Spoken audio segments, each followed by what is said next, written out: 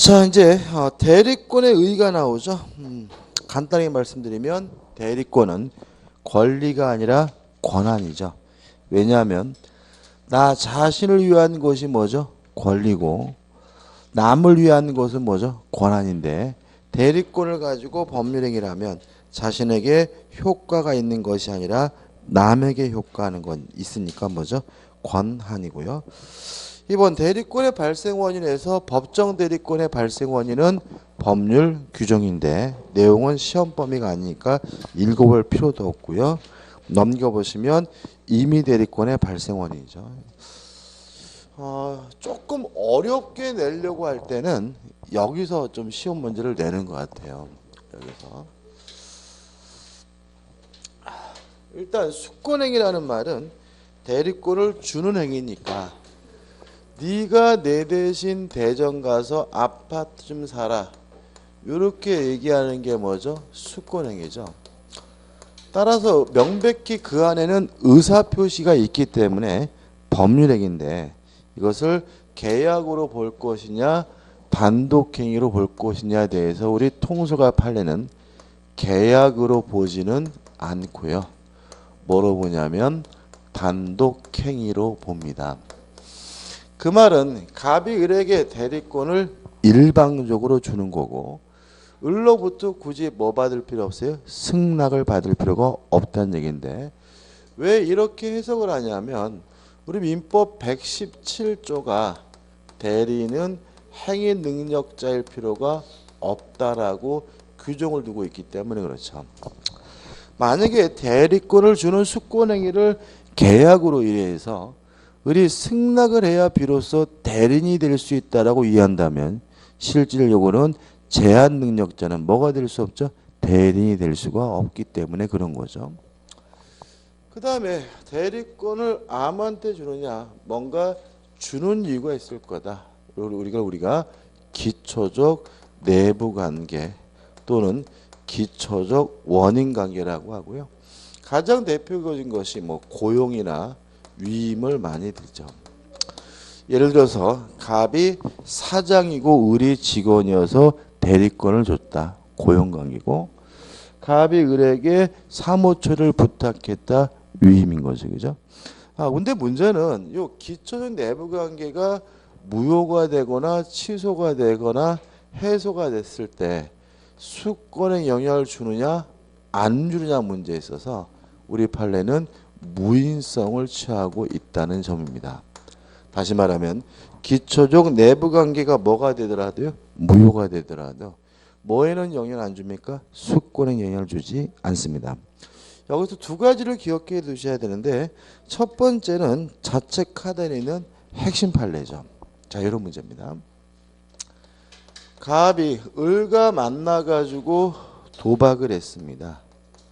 예를 들어서 도박빚, 도박 채무를 갑이 5천만 원을 지게 됐는데 이 도박은 반사회적에서 무효이기 때문에 갚을 필요는 없는 거죠. 근데 갑이 을한테 뭐라고 얘기했냐면 내가 당장 돈은 없고 아파트 한 채가 있으니까 네가 내 대신 팔아가지고 그 돈에서 5천만 원 받아가라.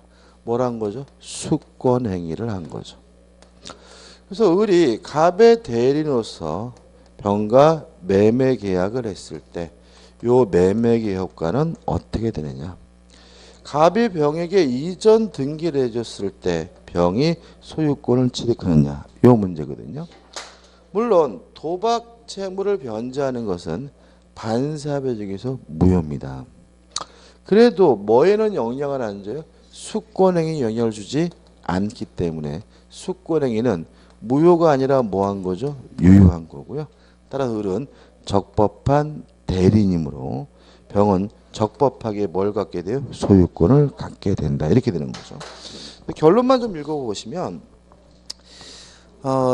좌측 밑에서 두 번째 줄부터 보시면 그 무효는 변제약정의 이행이 해당하는 위 부동산을 제3자에게 처분한 대금으로 도박 채무의 변제 충당한 부분에 뭐라고요?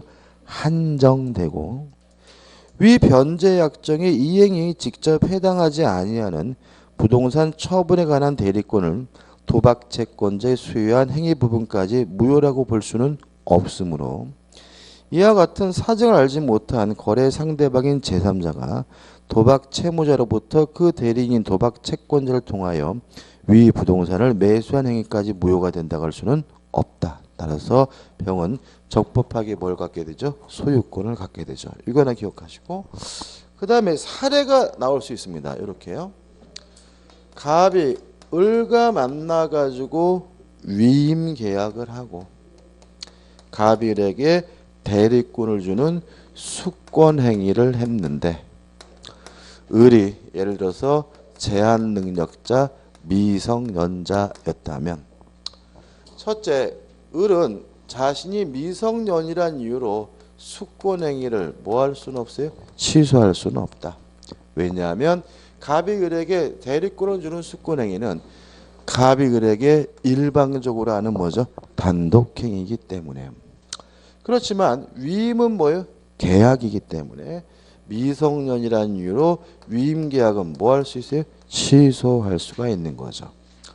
근데 문제는 요 위임 계약이 취소가 돼서 소급해서 무효가 되더라도 뭐에는 영향을 안 줘요? 수권행위 영향을 주지는 않는다. 따라서 위임 계약이 취소가 되더라도 을은 뭐예요? 적법한 대리인이고 대리 행위를 제한 능력을 이유로 뭐 할 수는 없어요? 취소할 수는 없다라는 논리가 발생한다는 것까지 기억해 두시기 바랍니다. 끝입니다. 그 다음 우측에 보시면 대리권의 범위와 제한이 나옵니다. 1번 대리권의 범위에 가지고 법정 대리가 나오는데 법률 규정에 의해서 결정된다 끝이고요. 그 법률 규정은 친족상속법의 내용이기 때문에 시험 범위는 아니고요.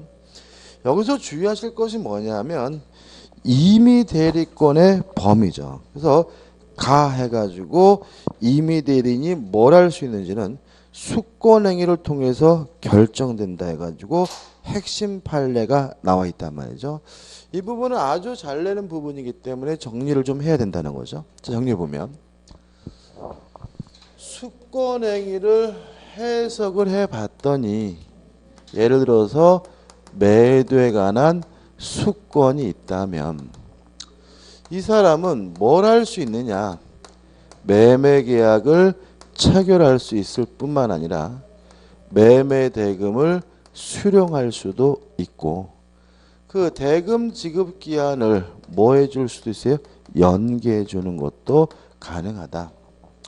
다만 항상 조심할 것은 이러한 대리권에 관한 포괄적 수권이 있더라도 대리행위를 통해서 뭔가를 취득했다면 그것을 처분하기 위해서는 별도로 수권이 또 필요하므로 처분행위를 일단은 못하고요. 대금 지급 기한을 연기해 줄 수는 있지만 그 대금을 금액을 일부든 전부든 뭐 해줄 수는 없어요? 면제해 줄 수는 없다는 거 꼭 기억해 두시고요. 또 시험에 잘 나오는 것이 임의 대리는 취소할 수도 없고 해제할 수도 없다는 것도 잘 나오죠. 그래서 일단 처분행위 못하고 대금을 뭐 할 수 없어요? 면제해 줄 수 없고 계약 자체를 뭐 할 수 없어요? 취소할 수 없고 해제할 수 없다. 누군요? 임의 대리인. 이렇게 기억하시면 되고요. 그 다음에 넘겨보시면 이제 박스 밑에 나번해가지고 226페이지죠. 나번해가지고 뭐가 나오죠? 118점. 자, 이건 뭐냐면 해석을 해봤는데도 모르겠어요. 다시 말하면 대리권의 범위가 명확하지가 않아요.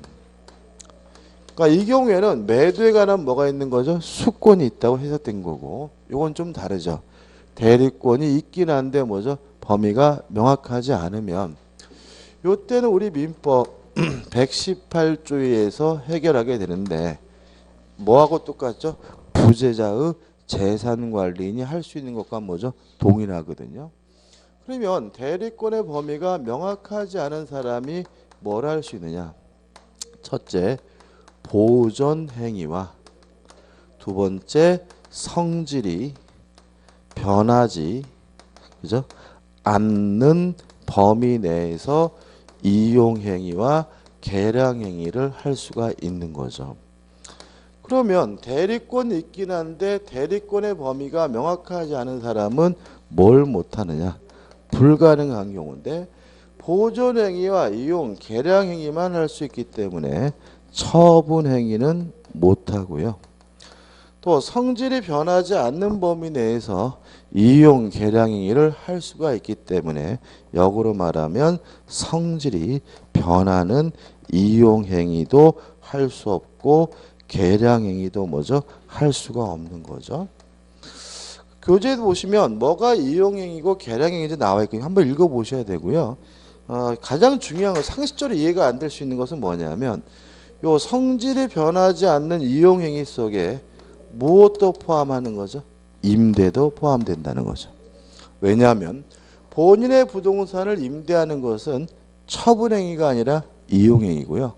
부동산을 임대한다 그래서 성질이 뭐하지도 않아요? 변하지도 않기 때문에 임대하는 것이 가능하다는 것까지 꼭 기억해 두시기 바랍니다. 우측에 보시면 대표 예제가 나와 있죠. 한번 풀어보면 대리에 관한 설명으로 틀린 것인데 일단 답만 볼게요. 답만. 나머지 건 뒤에서 봐야 되니까요. 5번 매매 계약의 체결과 이행에 관하여 포괄적으로 대리권을 수여받은 대리는 중도금이나 잔금을 수령할 권한이 있지만 맞죠? 왜요? 대금을 수령할 수 있죠. 특별한 사정이 없는 한 상대방에 대하여 약정된 매매 대금 지급 기일을 연기해 줄 권한은 없다. X. 뭐 해줄 수 있죠? 연기도. 그래서 실제로 쟁점은 뭐냐면 요거죠. 그러니까 연기해 주는 거는 가능하지만 뭐 해줄 수는 없어요? 면제해 줄 수는 없다. 일부든 전부든 면제해 줄 수 없다. 이게 뭐죠? 쟁점이 됩니다. 그 다음에 대리권에 제한해가지고 1번 자기계약 쌍방대리가 뭐가 됩니까? 금지가 됩니다. 일단 1가에서 원칙적으로 금지가 되고요. 하면 뭐가 되냐면 무권대리가 되는데 넘겨보시면 예외적으로 허용되는 것들이 있죠. 첫째, 본인의 승낙이 있으면 뭐죠? 가능하다. 두 번째, 채무이행도 뭐죠? 가능하다. 그죠? 근데 조심할 것은 채무이행 중에서도 변제기가 도래하지 않은 경우에는 못하는 거죠. 또 뭐가 있냐면은 다툼이 있는 채무도 뭐 할 수 없어요? 변제할 수 없고요. 대물 변제도 할 수 없고 경계도 할 수 없다는 거 조심하시기 바랍니다. 그죠? 다시 말하면 단순한 채무 이행은 어떻게 해요? 가능하지만 다툼이 있거나 변제기가 미도래했거나 또는 대물 변제 규제는 없지만 경계도 뭐죠? 할 수 없다는 거 기억해 두시고요.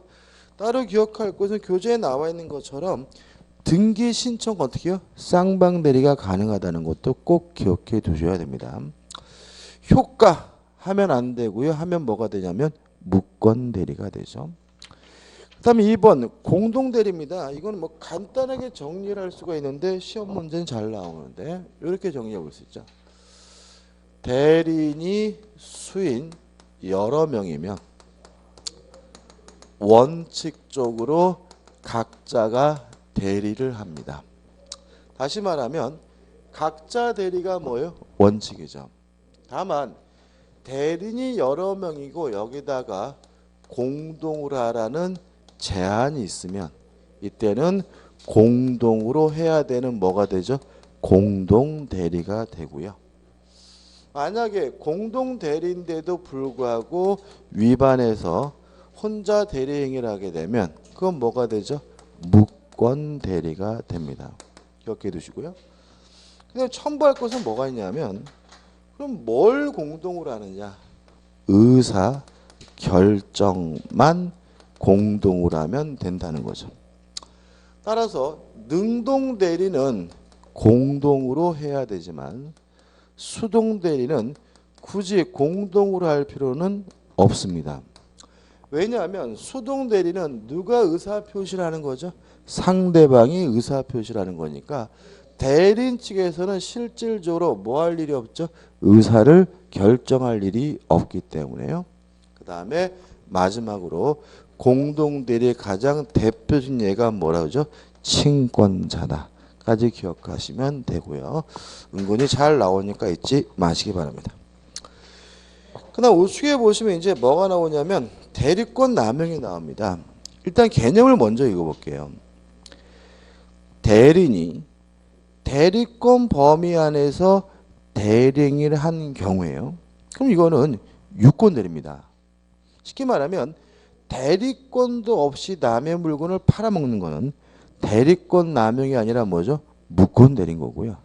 대리권이 있고 그 범위 안에서 뭘 했습니까? 대리행위를 했는데 문제가 뭐냐면 자기 또는 제3자의 이익을 꾀할 목적으로 대리권을 뭐죠? 악용한 거죠. 다시 말하면 본인을 위해서 대리행위를 한 것이 아니라 누굴 위해서요? 자기 자신 또는 제3자의 이익을 위해서 대리행위를 한 것이 뭐가 되는 거죠? 대리권 남용이 됩니다. 자, 그럼 생각해 보자고요. 보통 사례는 이렇게 구성이 됩니다. 갑이라는 사람이 A라는 토지를 가지고 있는데 을에게 네가 내 대신 땅 좀 팔아다오 매도에 관한 수권을 내서 을이 뭐가 됐냐면 대리인이 됐단 말이죠. 그래서 을이 병과 만나가지고 매매 계약을 했어요. 할 수 있죠. 왜요? 매도에 관한 수권이 있다면 매매 계약할 수가 있는 거죠. 예를 들어서 2억에. 그러더니 병이 갑한테 갖다 주라고 2억 원을 줘요. 그 2억 원을 을이 뭐죠? 수령을 했어요. 할 수 있죠. 왜냐하면 매매 대금도 뭐 할 수 있어요? 수령할 수가 있는 거죠. 근데 문제는 을이 그 돈을 갖고 도망가 버렸어요. 잠적을 했어요. 그러면 매매 계약을 하고 대금을 받는 것은 뭐예요? 대리권 범위 아니긴 하지만 돈 갖고 튀었다는 말은 갑을 위해서 판 게 아니라 자기 자신을 위해서 판 거죠. 이게 뭐죠? 대리권 남용입니다. 일단 기본적으로 이거는 뭐죠? 유권 대리이기 때문에요. 원칙적으로 본인의 입장에서 뭐 한 거죠? 유효한 거죠. 따라서 을이 돈 갖고 도망간 것은 병이 신경 쓸 바가 아니고요. 갑은 병에게 정상적으로 이전 등기를 해줘야 되는 것이 뭐예요? 원칙입니다. 그럼 여기서 문제가 생깁니다. 갑은 엄청난 피해를 입게 되고 누가 보호가 되죠? 상대방이 보호가 되죠. 그럼 역으로 말하면 상대방을 보호할 필요가 없을 때까지 갑에게 피해를 기속시킬 필요는 없는 거겠죠. 그죠? 따라서 우리 판례가 예외를 인정하고 있다는 거죠. 예외. 상대방이 대리권 남용한다는 사실을 알았거나 또는 알 수가 있었을 경우에는 굳이 상대방을 보호할 필요가 없으니까 이때는 뭐가 돼요? 무효가 되고요. 따라서 갑은 병에게 뭐 해줄 필요 없죠? 등기해 줄 필요가 없다. 이렇게 되는 거죠. 그러면 적어놓고 보니까 저번 주에 했던 무엇과 똑같습니까? 지인이 아닌 의사표시하고 똑같아집니다. 그래서 우리 판례는 이 대리권 남용에 대해서는 무엇으로 해결하냐면 지인이 아닌 의사표시라는 민법 규정을 유추 적용해서 뭐 하고 있는 거죠? 해결하고 있는 거죠. 정리해 보면 대리권 남용은 원칙적으로 유효합니다. 다만 상대방이 알았거나 알 수 있었으면 무효라고 해서 대리권 남용에 대해서는 지인이 아닌 의사표시란 민법 규정을 유추 적용하고 있고요. 또 실제로 이게 또 어디도 적용되냐면 갑이 만약에 법인이고 을이 만약에 이사라면 이게 또 뭐가 되냐면 대표권 남용이 되겠죠. 이때도 어떻게요? 똑같습니다. 그래서 대표권 남용도 원칙적으로 유효하고 상대방이 알았거나 알 수 있었으면 무효다라고 해서 지인이 아닌 의사표시란 민법 규정을 뭐 하고 있습니까? 유추 적용하고 있는 거죠. 그 다음에 230페이지 오시면 이제 뭐가 나오냐면 대리권의 소멸이 나옵니다. 일단 공통된 소멸 원인 해가지고 127조가 나오죠. 본인이 사망하면 대리권이 소멸하고요. 대리인이 사망하거나 대리인의 성년 후견 개시, 대리인의 파산은 대리권 소멸사입니다. 항상 조심할 것은 본인에 대해서는 사망 한 가지밖에 없다는 거죠. 따라서 본인의 성년 후견 개시 그럼 뭐가 돼요? X가 되고요. 또 하나 주의하실 것은 성년 후견 개시가 대리권의 소멸사입니다. 따라서 대리인의 한정 후견 개시도 뭐가 돼요? X가 됨을 주의하시기 바랍니다. 그 다음에 2번 임의대리의 특이한 소멸로 인해서 128조가 나오는데 읽어보면 법률행위에 의하여 수여된 대리권, 이게 뭐죠? 임의대리권입니다.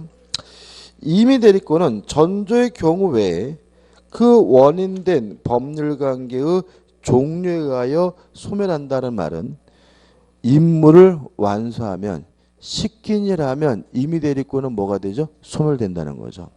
따라서 임의대리는 여기서 취소할 수 없고 해제할 수 없다는 걸 알게 되는 거죠. 왜냐하면 땅 팔라고 대리권을 줬으면 땅 파는 순간 임의대리권은 뭐가 돼요? 소멸되니까 나중에 뭐 할 수 없어요? 취소할 수 없고요.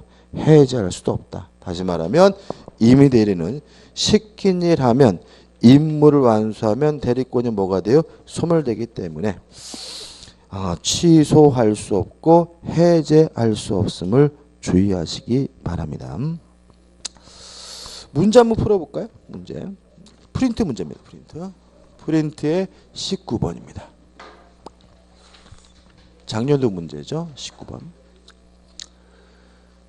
대리에 관한 설명으로 옳지 않은 것은 1번 법정 대리에도 대리권 남용의 법리가 적용될 수 있다.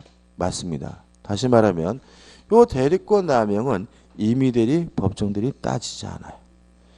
2번 대리인에 대한 성년 후견 개시가 있으면 대리권이 뭐죠? 소멸한다. 맞네요. 3번 대리인은 대여금 수령 권한만을 위임받은 경우에도 본인의 특별 수권이 없이 그 대여금 채무 일부를 면제할 수 있다. X. 일부든 전부든 뭐 할 수 없죠? 면제할 수가 없죠. 4번 의사표시 효력이 의사의 흠결, 사기 강법이나 영향을 받을 경우 그 사실 의무는 대리인을 표준으로 결정한다. 맞아요. 왜냐하면 의사를 결정하는 것은 본인이 아니라 누구예요? 대리인이니까. 5번 물건을 매도하는 계약의 체결과 이행 간의 포괄적 대리권을 수여받은 대리인은 특별한 사정이 없는 한 상대방에 대하여 약정된 매매 대금 지급기일을 연기할 권한도 가진다. 5. 면제할 수는 없지만 뭐 할 수 있죠? 연기해 줄 수는 있는 거죠. 그죠? 그래서 보시다시피 이게 작년도 문제지만 뭐 계속해서 이런 형태. 그래서 요 대리권의 범위에 대해서는 아주 은근히 뭐죠? 잘 나오고 있으니까요. 확실하게 숙지하시고 내 거로 정리해 두셨으면 좋겠어요. 지금 다시 교재로 와가지고요. 231페이지 대리행위가 나옵니다.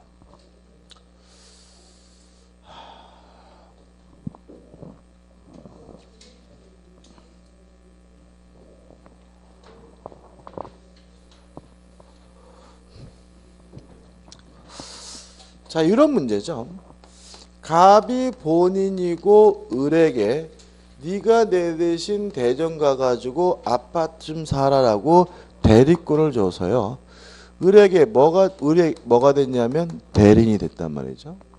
그래서 을이 대전에 와가지고 병과 만나가지고 매매 계약을 하면 한 가지 문제가 뭐냐면 병의 입장에서는 아파트를 사는 사람을 을로 받아들인다는 거죠. 따라서 요 매매 계약 효과가 을이 아닌 갑에게 발생하려면 을은 자신이 최소한 대리인이라는 사실을 밝혀야 되는데 이걸 우리가 모르죠? 현명이라고 하는 거죠. 다시 말하면 나를 위해서 매매 계약하는 게 아니라 갑을 위해서 매매 계약하는 겁니다. 라고 밝히는 게 뭐죠? 현명이고요. 현명을 해야 요 매매 계약 효과가 본인에게 발생한다. 본인에게 책임이 귀속이 되는 것이죠. 그죠? 그럼 이제 우리가 또 뭘 할 수 있냐면 현명을 안 했어요. 그러면 어떻게 되느냐? 대리인이라는 사실을 안 밝혔다면 병원 아파트를 사는 사람을 누구로 받아들입니까? 을로 받아들일 테니까 현명하지 않으면 대리인 자신이 책임을 부담해야 되고요. 물론 현명하지 않았더라도 상대방이 이미 을의 대리인이라는 사실을 이미 알았거나 또는 알 수가 있었다면 굳이 을에게 책임을 기속시킬 필요는 없으니까 이때는 본인이 뭘 부담하는 거죠? 책임을 부담하게 되는 거죠. 그래서 현명을 해야 본인에게 효과 기속하고 현명하지 않으면 누가요? 대리인 자신이 책임을 지는데 현명하지 않았더라도 상대방이 알았거나 알 수 있었으면 본인에게 뭐죠? 효과 기속된다. 이게 가장 큰 축인 거죠. 몇 가지 추구할 것은 첫째인데 현명의 방식입니다. 말로 하든 문서로 하든 어떤 방법이든 상관은 없어요. 항상 문제가 되는 것이 뭐냐면 본인을 사칭하는 것, 본인을 가장하는 것이 현명이냐. 이 문제에 대해서 우리 판례는 대리권이 있는 사람이 본인을 가장하는 것은 현명이지만 대리권이 없는 사람이 본인을 가장하는 것은 뭐가 있냐면 현명이 아니다. 이게 우리 판례의 확고한 태도입니다.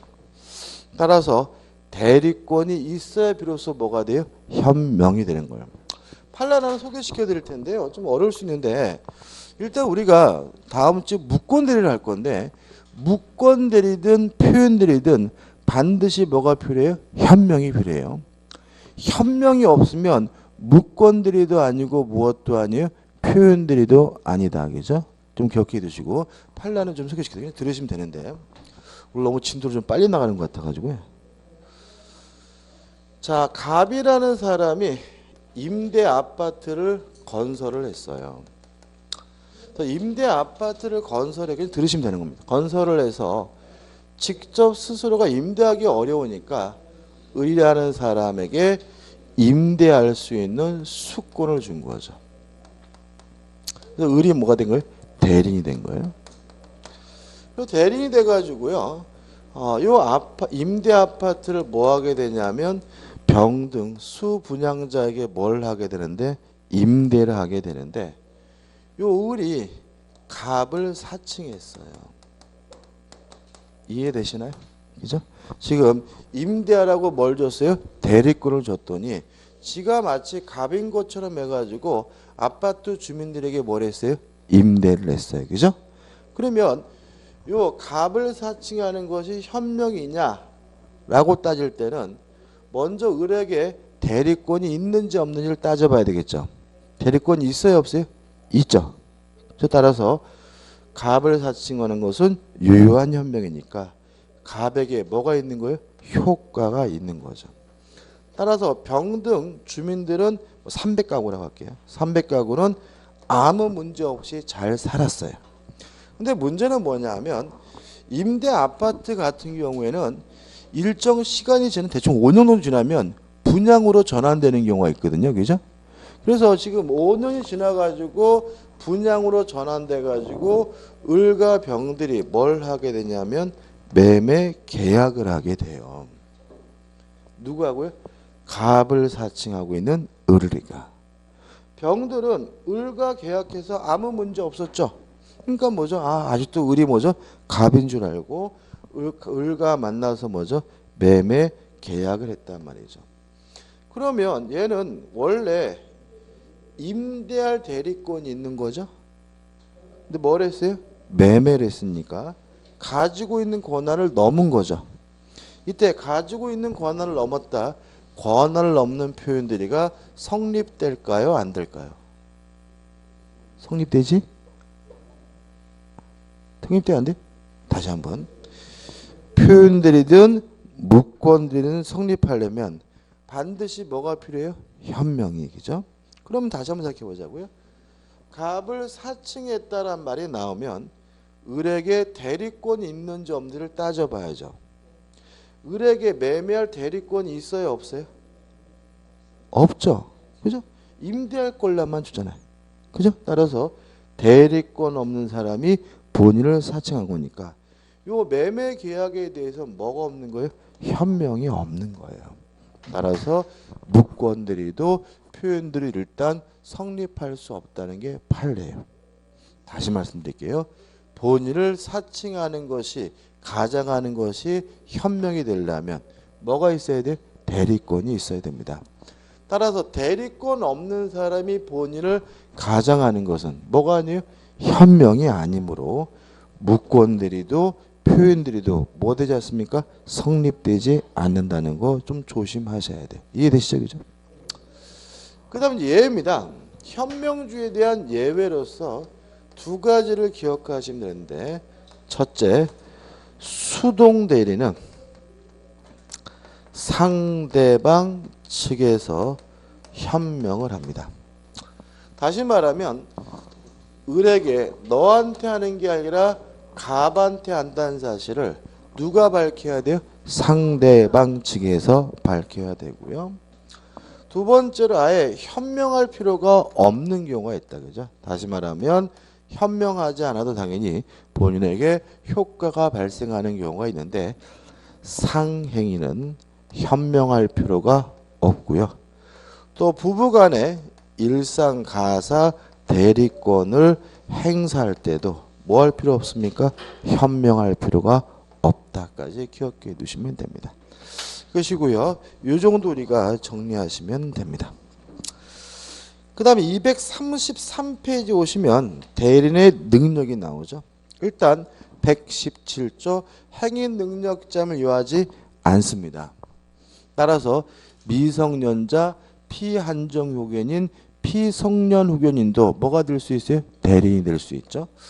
그럼 생각해 보자고요. 미성년자는 수령 무능력자이기 때문에 자신의 의사표시를 받을 수는 없어요.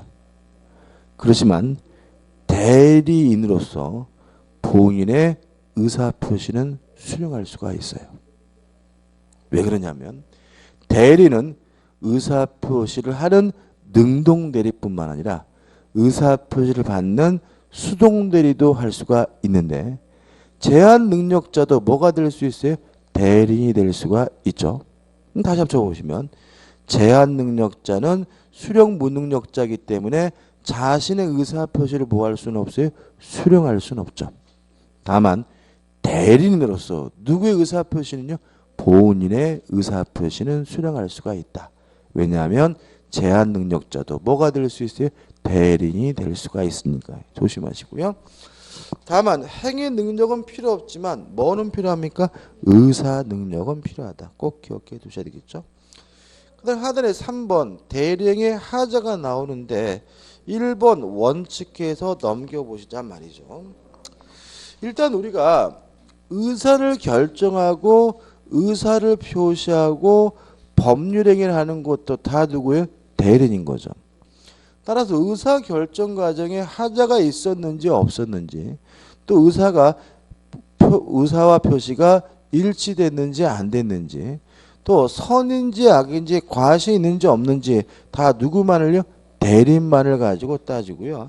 교재에 나와 있는 판례는 뭐겠습니까? 첫 번째 판례는 뭐냐면 이중매매가 대리인이 적극 가담했다는 이유로 반사회적에서 무효면 본인이 알도 모르든 상관없이 뭐예요? 무효다. 왜냐하면 이중매매도 누가 하는 거죠? 대리인이 하는 거고요. 두 번째 판례는 큰 의미 없고 주의하실 것은 불공정한 행위도 누가 하는 거죠? 대리인이 하는 거니까 경솔했다, 경험이 없다도 누굴요? 대리인을 표준하는 거죠. 그럼 여기서 우리가 무엇을 기억해야 되는 거냐면 본인을 표준으로 하는 거를 기억하셔야 되는 거죠. 그죠? 왜요? 다 누구를 표준으로 해요? 대리인을 표준으로 하니까. 그죠? 그러면 본인을 표준으로 하는 게 뭐냐? 첫째, 불공정한 법률행위에서 궁박 여부만은 누구를 표준으로 합니까? 본인을 표준으로 한다. 왜냐하면 궁박이라는 말은 결국은 뭘 말하는 거죠? 어려운 사정을 말하는 거니까. 그러한 법률행위가 어려운지 안 어려운지는 효과를 받는 누굴요? 본인을 기준으로 따져야 되는 거고요. 그 다음에 착오에 의한 의사표시에서 중요 부분도 누굴 가지고 따져요? 본인을 기준으로 따져야 됩니다. 왜냐하면 중요 부분이라는 것은 결국 뭘 말하는 거예요? 경제적 불이익을 말하는 거니까 경제적으로 불이익한지 안 한지는 누굴요? 효과를 받는 본인을 기준으로 따져봐야 되겠죠. 그죠? 착오에 있어서 중요 부분은 누구죠? 본인이죠. 그죠? 그럼 결과적으로 뭐죠? 이렇게 된 거죠. 불공정한 법률행위에서 궁박과 착오에 있어서 뭐요? 중요 부분만 본인. 두 가지를 제외한 나머지 모든 것들은 다 누구 말을요? 대리인만을 가지고 따진다. 이렇게 되는 거죠. 그럼 한번 생각해 볼까요? 자, 갑이 본인이고요. 을이 갑의 대리인인데 병과 만나가지고 매매 계약을 했어요. 근데 요 매매 계약을 착오라는 이유로 뭐 하고 싶냐면 취소하고 싶어요. 그러면 착오가 뭐죠? 의사와 표시가 불일치됐는지를 모르는 거죠. 그러면 착오인지 아닌지 여부는 의사 표시를 한 누굴 가지고 따져요? 대리인을 가지고 따지는 거죠. 대리인을 가지고 따져봤더니 뭐가 맞아요? 착오가 맞아요. 그러면 착오를 일으킨 부분이 뭐여야 돼요? 중요 부분이어야 되는데 중요 부분이 되려면 반드시 뭐가 필요해요? 경제적 불이익이 필요하므로 누굴요? 본인이죠. 본인을 기준으로 해서 뭘 따집니까? 중요 부분인지를 따지죠. 중요 부분이래요. 그럼 이제 또 뭘 따져봐야 돼요? 중대한 과실이 있는지 없는지를 따져야 되겠죠. 물론 의사표시 누가 한 거죠? 대리인이. 따라서 중대한 과실이 있는지 없는지 여부는 또 누구 가지고 대리인 가지고 따지는 거죠. 모든 요건을 갖췄어요. 그러면 요 매매 계약을 착오란 이유로 뭐 할 수 있어요? 취소할 수 있는 거죠. 본인이 취소하는 거예요? 대리인이 취소하는 거예요? 병이 왜 취소해? 얘네가 착오라고 그죠? 그죠? 누가 취소하는 거예요? 대리인이요? 그죠? 본인이 취소한다. 그죠? 왜냐하면 지원나요? 취소란 유효한 것을 소급적으로 무효화시키는 거니까 효과에 관한 문제인 거죠. 더 쉽게 말씀드릴까요? 임의 대리는 별도의 수권이 없는 한 취소할 수도 없고 해제할 수도 없는 거죠. 다시 말하면 취소할 수 있는지 없는지 여부는 누굴 가지고 따져요? 대리인을 가지고 따지지만 취소권이 발생한다면 누가 행사하는 거예요? 본인이 행사하는 거죠. 이게 가장 복잡한 부분입니다. 그죠? 그래서 착오인지 아닌지 여부는 대리인. 중과실이 있는지 없는지는 뭐죠? 대리인. 왜냐하면 의사를 결정하고 의사를 표시하는 건 누구예요? 대리니까요. 다만 중요 부분인지 아닌지 여부는 누구예요? 본인. 왜냐하면 중요 부분이 되려면 뭐가 있어야 돼요? 경제적 불이익이 있어야 되는데 이건 뭐죠? 효과에 관한 문제고요. 또 이러한 요건을 갖춰서 취소권이 발생한다면 누가 취소하는 거죠? 본인이 취소하게 되는 것이 원칙이다. 좀 생각해 보시기 바라고요. 이게 뭐죠? 원칙입니다. 다만 예외가 있어요. 예외가. 자, 이러한 논리가 결국 두 가지를 제한 나머지 것들은 다 대리인이 표주를 한다는 말은 결국 의사를 결정하는 주체가 누구라는 거죠? 대리인이라는 거죠. 그럼 역으로 말하면 본인이 의사 결정 과정에 참여를 했어요. 그러면 이때는 대리인 것만 가지고 결정하면 안 되고요. 누구 것도요? 본인 것도 고려해야 된다 이거죠. 일종의 또 예외인 거죠. 그죠?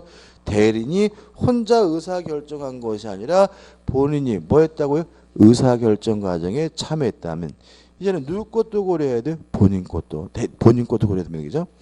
교재를 좀 읽어볼 건데 일단 교재를 읽기 위해서 먼저 기억할 것이 뭐냐면 물건에 하자가 있다는 이유로 매도인에게 담보 책임을 물으려면요. 매수인은 선의이고 무과실이어야 돼요. 물건의 하자에 대해서는요. 좀 기억하시고요. 자, 그럼 생각해 보자고요. 갑이 본인이고요.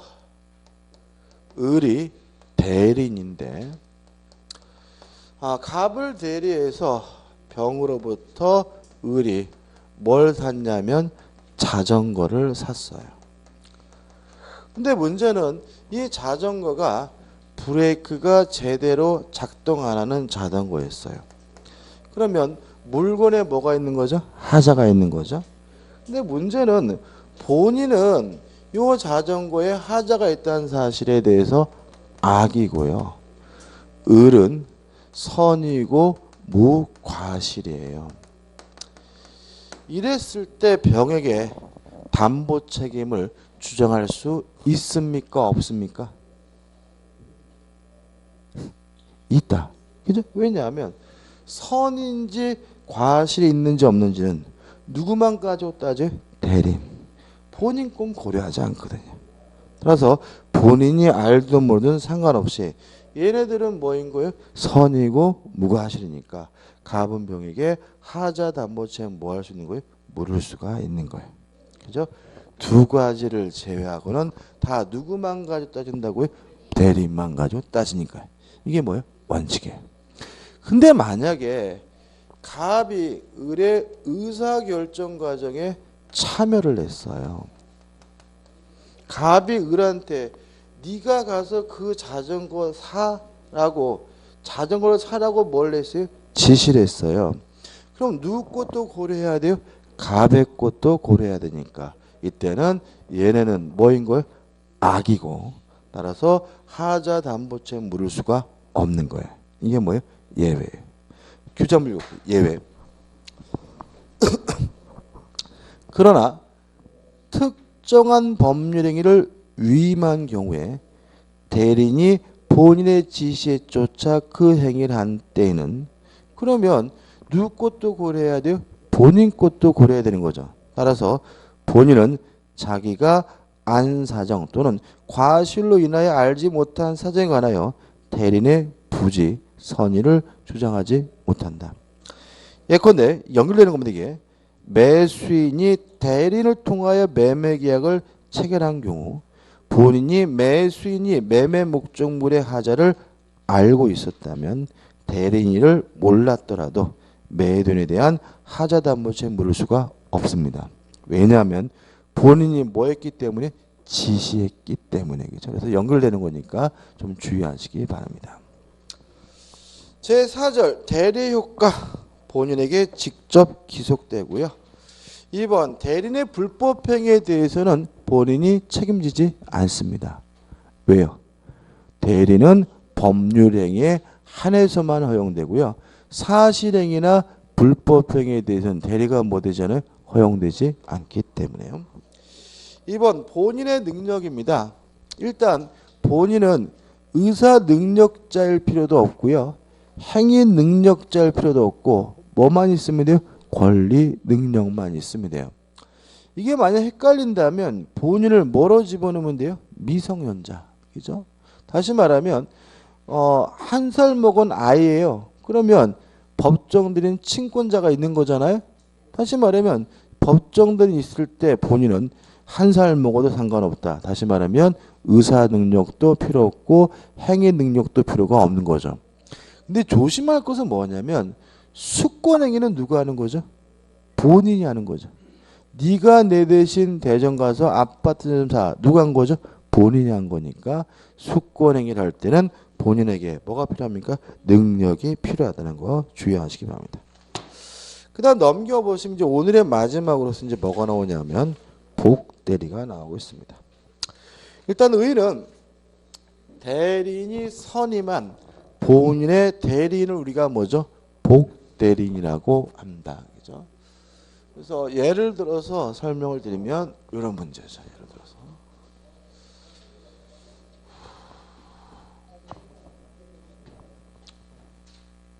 갑이 본인 미성년자인데요. 술 처먹고 싸움박질 해가지고 유치장에 들어갔어요. 그래서 을 친권자가 자식이 아니라 왼수다라고 하면서도 이 갑을 빼내기 위해서 병이라는 뭘 선임했죠? 변호사를 선임했죠. 그죠? 그러면 이 병은 을이 선임했지만 누구를 대리하겠습니까? 갑을 대리하겠죠. 이렇게 대리인이 선임을 했지만 본인을 대리하는 사람을 우리가 뭐라 그러죠? 복대리인이라고 하죠. 그죠? 개인적으로 이번에 보니까 그 박근혜 씨 대리인 측에서 헌법재판관 출신 분을 선임했더라고요. 그죠? 얼마나 다행인지 모르겠어요. 그러니까 저는 개인적으로 박근혜 대통령이 탄핵돼야 된다고 생각하는 사람이에요. 근데 왜 다행이라고 생각하냐면 걱정이 많아요. 왜 그러냐면 지금 상황이 어떤 상황이냐면 굉장히 우리나라 위험해요. 어떤 위험하냐면 만약에 헌법재판소가 탄핵 2년 결정을 해요. 그럼 어떻게 되는 거죠? 태극기 든 그분들이 청와대를 에워싸겠죠. 그죠? 우리 대통령 각각 안 된다, 뭐 그죠? 난리 나겠죠, 그죠? 그러면 이제 또 그거를 해산시키기 위해서 경찰력이 동원된다면 극도의 뭐죠? 충돌이 벌어지고 뭐 이상한 일이 벌어지는 거죠, 그죠? 그죠? 그 다음에 또 만약에 박근혜 대통령이 탄핵 기각 결정이 내려지면 또 이제 뭐가 외웠어요? 촛불이 에워싸겠죠, 그죠? 그래가지고 물러나라 박근혜 막 난리 나겠죠, 그죠? 그래서 지금 상황이 어떤 상태냐면 어떤 결정이 나더라도 사회 혼란은 뭐죠? 피할 수가 없는 상황이에요. 그러니까 우리가 그냥 마음 편하게 이렇게 TV 보면서 김정남인가 김정은 형이 죽었네. 그 자식 배불뚝이 잘 죽었네.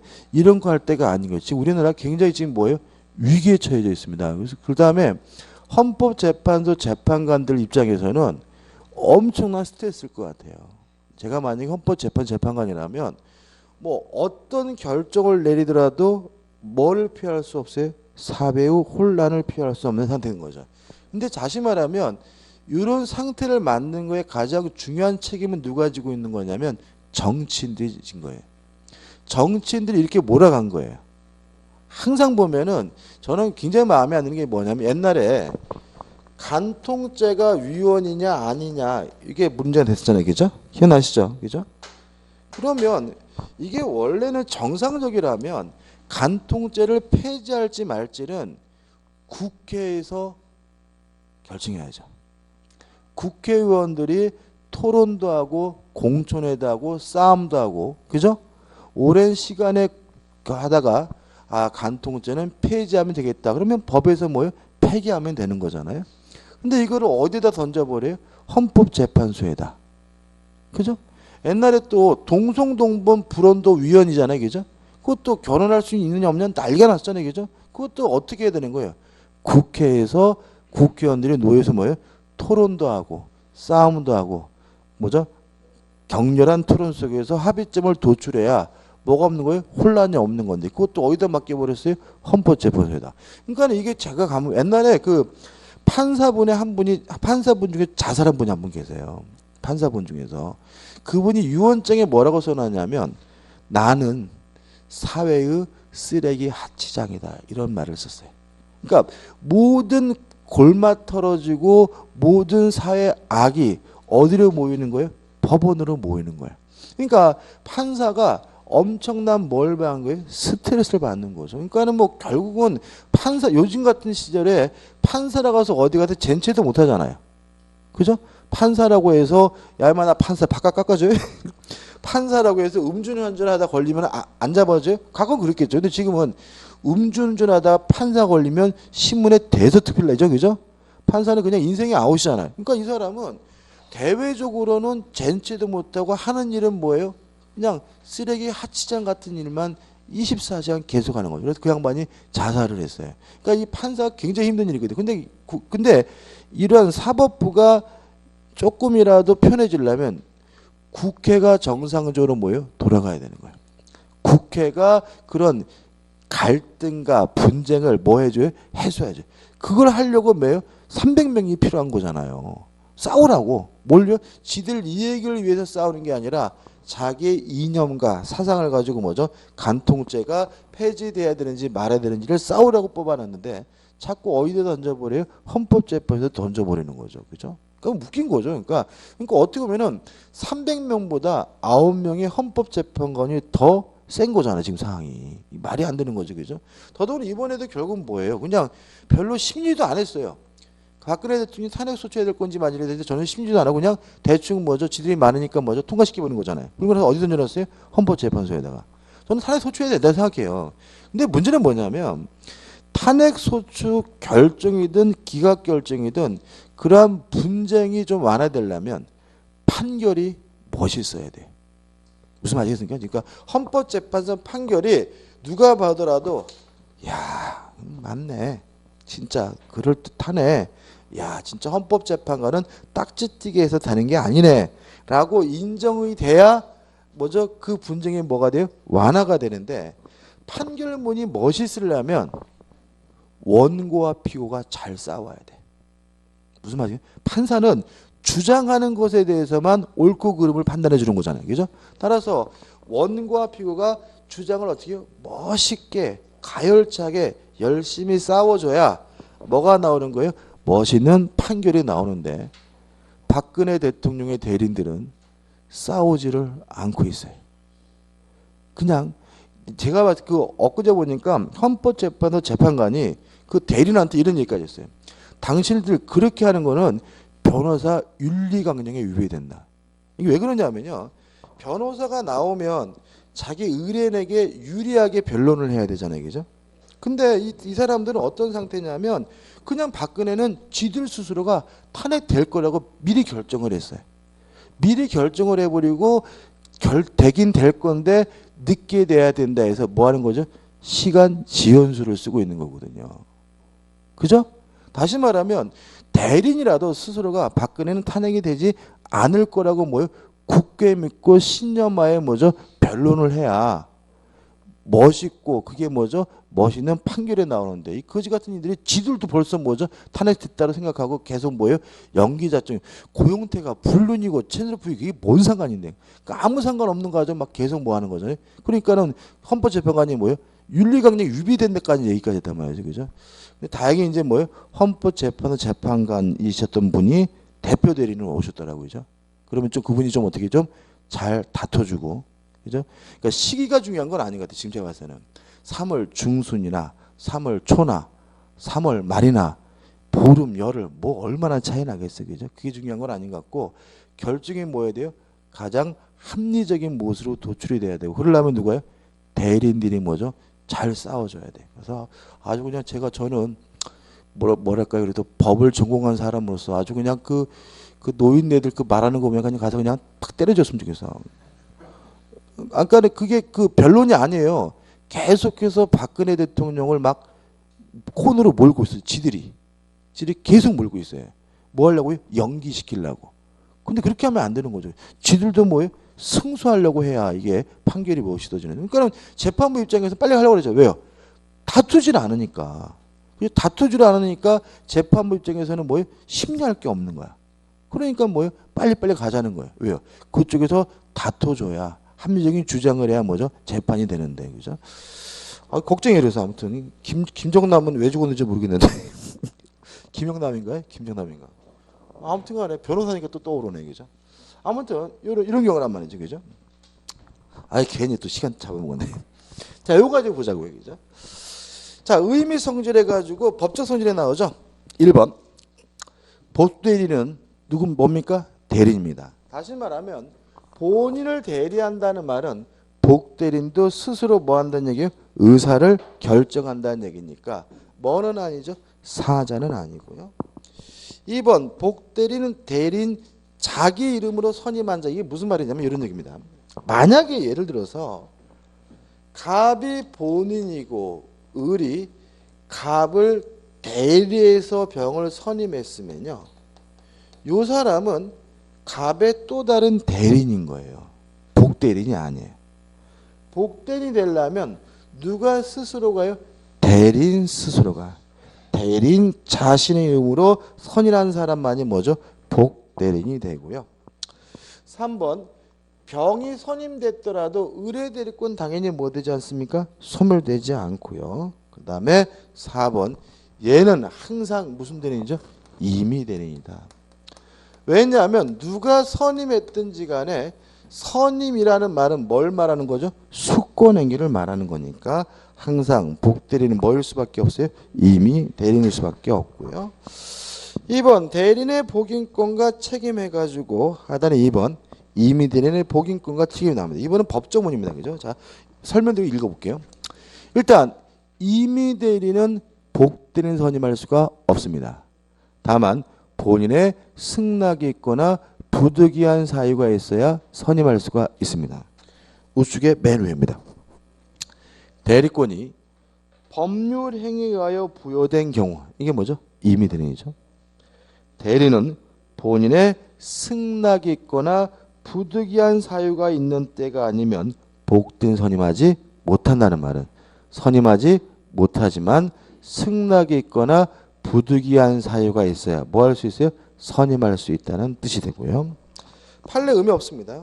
하단에 보시면 이제 복대리인 선임과 책임에서 뭐가 나오죠? 121조가 나옵니다. 일단 복대리인 선임할 때 임의 대리는 잘 해야 됩니다.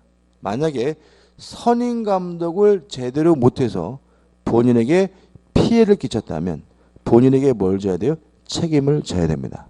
1항, 전조의 규정에 의하여 대리인이 복대리인 선임한 때에는 본인에게 대하여 그 선임 감독에 관한 책임이 있다는 말은, 그 선임 감독을 제대로 못했으면, 선임 감독의 과실이 있다면 누구에게요?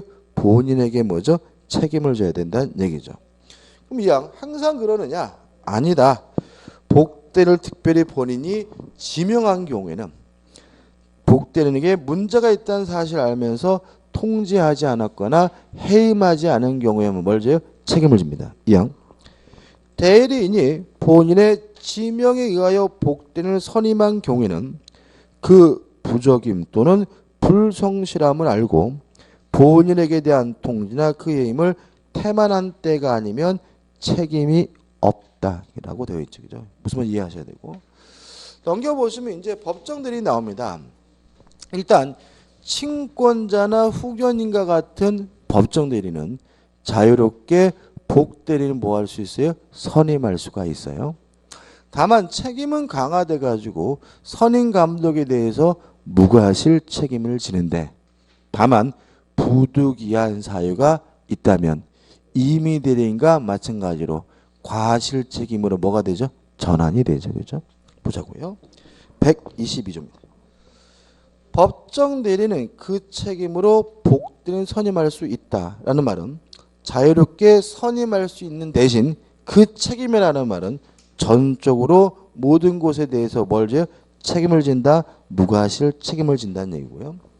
그러나 부득이한 사유로 인한 때는 전조 1항에서 정한 책임만 있다는 말은 부득이한 사유가 있다면 법정 대리인도 임의 대리인과 마찬가지로 뭐죠? 과실 책임으로 전환된다는 얘기죠.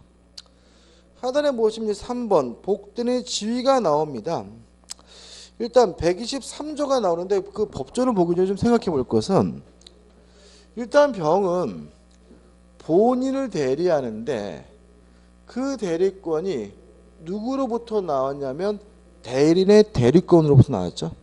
따라서 대리인의 대리권보다 반드시 어떻게 해요? 작아야 되고요. 대리인의 대리권이 소멸된다면 복대리권도 자동으로 뭐가 돼요? 소멸돼요.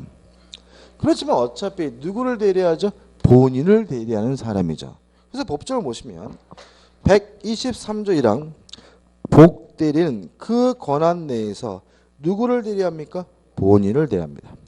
그냥 복대리는 본인이나 제3자에 대하여 대리인과 동일한 권리, 의무가 있다 이렇게 되어 있죠. 다시 말하면 선임되는 과정은 특색이 있긴 하지만 어차피 누구를 대리하는 사람이죠? 본인을 대리하는 사람이니까 권리와 의무는 대리인과 똑같은 거예요. 근데 조심할 것은 동일한 권한이 있다 그러면 X죠. 있잖아요. 권한은 안 같아요. 대리권은 반드시 을보다 뭐요? 작아야 돼요. 그래서 같은 게 뭐라고요? 권리와 의무가 같을 뿐이지 뭐가 같은 건 아니죠. 권한이 같은 것은 아니라는 거 주의하시기 바라고요. 끝이고 우측에 4번 복대리인 복임권이 나와 있는데 얘가 한 번 더 하면 복복대리인인데요. 선임할 수 있습니다. 다만 복대리는 항상 무슨 대리인이죠?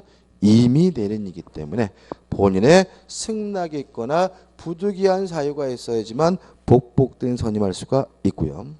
마지막으로 복대리권의 소멸에서 주의할 점은 대리인의 대리권이 소멸하면 복대리권도 자동으로 뭐가 돼요? 소멸된다. 이거 하나만 주의하시면 되겠죠. 여기까지고요. 무권 대리는 다음 주에 들어가도록 하겠습니다. 오늘 수고 많으셨습니다. 고맙습니다.